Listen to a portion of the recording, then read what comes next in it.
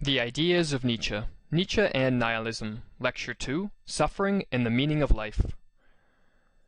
In the last lecture we introduced nihilism, discussed its history and significance, and introduced the four main types of nihilism: moral, epistemological, cosmic, and existential nihilism. We explained how existential nihilism encompasses the other three types of nihilism, and defined this type as the conviction that life is meaningless, or in other words, that it lacks an identifiable purpose. In this lecture we are going to take the first steps towards understanding Nietzsche's ideas about nihilism, in anticipation of the later lectures which examine his thoughts on how to overcome it. In particular, in this lecture we will explain why it is human beings need there to be a meaning to life, the connection between the need for meaning and suffering, and why traditionally this meaning has been posited to exist in another reality. In the last lecture we introduced the notion that human beings need to believe that life has a meaning, and in cases where one is incapable of such a belief, existential nihilism often results. Nietzsche was a thinker extremely sensitive to the importance and significance of this need. This sensitivity is apparent in a passage from his book, The Gay Science, where he wrote, "Gradually man has become a fantastic animal that has to fulfill one more condition of existence than any other animal. Man has to believe, to know from time to time why he exists. His race cannot flourish without a periodic trust in life." Countless other thinkers have examined and attempted to understand this universal need for meaning, or as Nietzsche put it, this need of man to know why he exists. For example, the philosopher Ernest Becker noted that there have been reports of some primitive tribes who were unable to continue living after they were exposed to the influence of Western society for the first time, as this led to the realization that the meaning to life, of which they had previously been so certain, was not written into the fabric of the universe, so to speak. In his book The Birth and Death of Meaning, Becker explained that anthropologists have long known that when a tribe of people lose their feeling that their way of life is worthwhile, they may stop reproducing, or in large numbers simply lie down and die beside streams full of fish. Food is not the primary nourishment of man. Becker in fact considered the need for meaning in life to be more important than did Nietzsche. Mankind must not only believe life to have meaning in order to flourish, as Nietzsche alluded to, but for Becker mankind needs to be convinced life has meaning in order to survive at all. What is it about human existence which creates the need for individuals to believe life has meaning? In the last lecture we noted that Arthur Schopenhauer argued that it is the inevitability of suffering combined with the awareness of the inescapability of death which creates the need for there to be a meaning to life. Nietzsche, too, likely directly influenced by Schopenhauer, claimed that the need for there to be a meaning to life is actually intimately related with the need for there to be a meaning to suffering. In his book On the Genealogy of Morals, he wrote, "Man, the bravest of animals and the one most accustomed to suffering, does not repudiate suffering as such. He desires it, he even seeks it out, provided he is shown a meaning for it, a purpose of suffering. The meaninglessness of suffering, not suffering itself, was the curse that lay over mankind so far." More specifically, Nietzsche believed that the ubiquitous need for there to be a meaning to life is caused by the fact that this life is filled with suffering, pain, loss, fear, anxiety, and ends not in happiness but in death. Thus, in order to endure the hardships of human existence, it is necessary for individuals to believe that their suffering has a purpose. As we discussed in the introductory lecture, the purpose of life, and hence if one agrees with Nietzsche, the purpose of suffering, has traditionally been thought to lie outside of this earthly existence. In order to find a meaning to life, individuals have posited the existence of another reality, thought to be superior to the world we experience in our day-to-day lives. The goal of life, according to those who hold such beliefs, is to attain entry into this superior reality. The question which must now be considered is why the meaning of life has traditionally been found in another reality and not in this one. While for many people human existence seems to be filled with evil, suffering, boredom, loss, and fear, there are moments in virtually everyone's life where they experience a blissful sense of utter serenity and joy. For most people these moments are few and far between, but when one has such an experience, the intensity of it will often leave a permanent mark on their mind.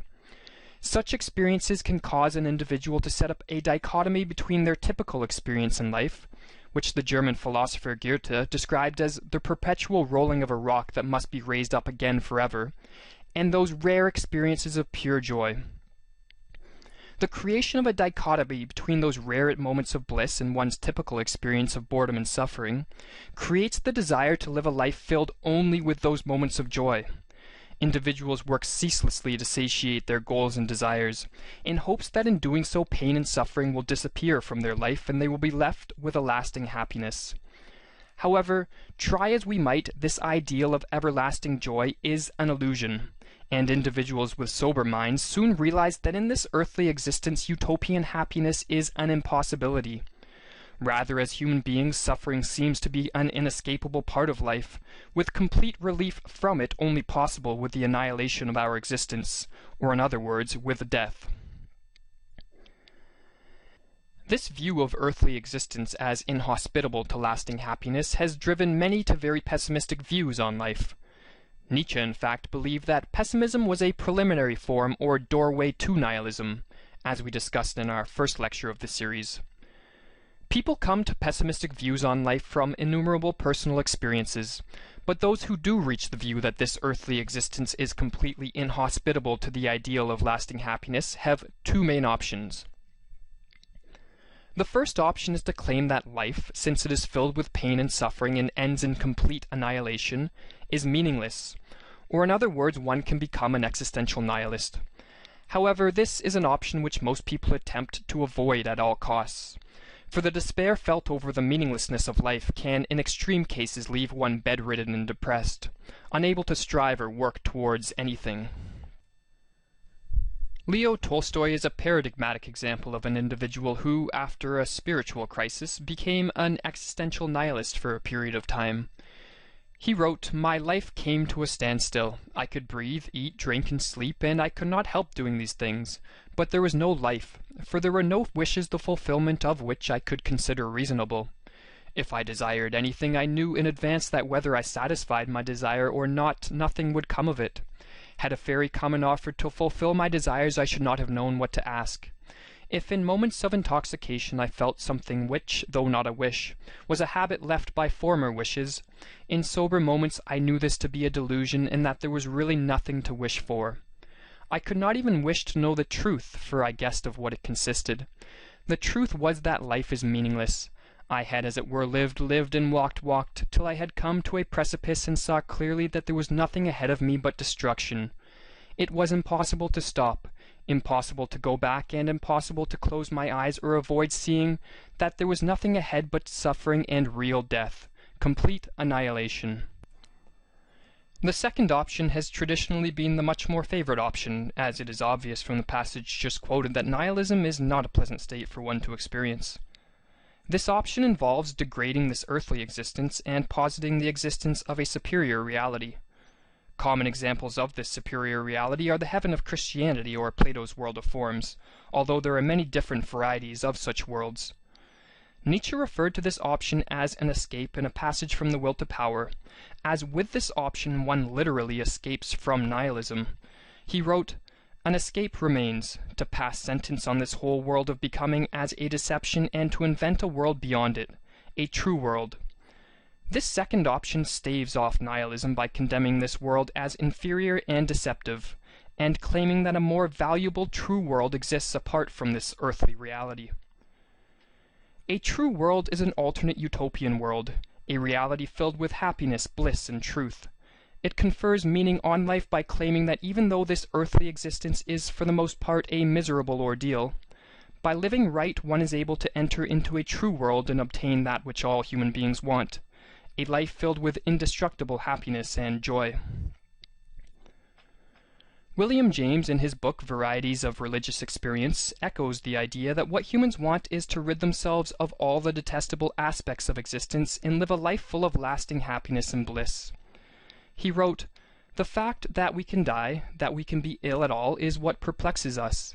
The fact that we now for a moment live and are well is irrelevant to that perplexity. We need a life not correlated with death, a health not liable to illness, a kind of good that will not perish, a good in fact that flies beyond the goods of nature. It is this desire to live such a utopian life, along with the realization that this earthly existence is inhospitable to such a life, which leads to an individual believing in a true world and in doing so staving off the existential nihilism which afflicted Tolstoy. Hopefully it is clear at this point the argument put forth by Nietzsche along with other thinkers that it is suffering in the realization of what one is headed for, which in Tolstoy's words is complete annihilation, that causes individuals to posit the existence of what Nietzsche called a true world. Belief that entry into such a world is possible keeps existential nihilism at bay by creating an identifiable purpose for life and all the suffering which accompanies it. As Nietzsche wrote in his book The Antichrist, man must be sustained in suffering by a hope so high that no conflict with actuality can dash it, so high indeed that no fulfillment can satisfy it, a hope reaching out beyond this world. In the next lecture we will investigate the nature and variety of true world theories and come to understand that true world theories come in many subtle and deceptive forms apart from the well-known theories of religion. This will set the stage for an investigation into the consequences of what Nietzsche proclaimed as the death of God, which is symbolic of the growing skepticism in the modern era of belief in true world theories. We will then conclude the lecture series by showing that Nietzsche did not think nihilism was a justified position. Instead, rather, he thought of it as a disease. Being a disease, he thought it necessary for any individual afflicted with it to cure themselves, and believed there to be an immense benefit in facing nihilism head-on and overcoming it.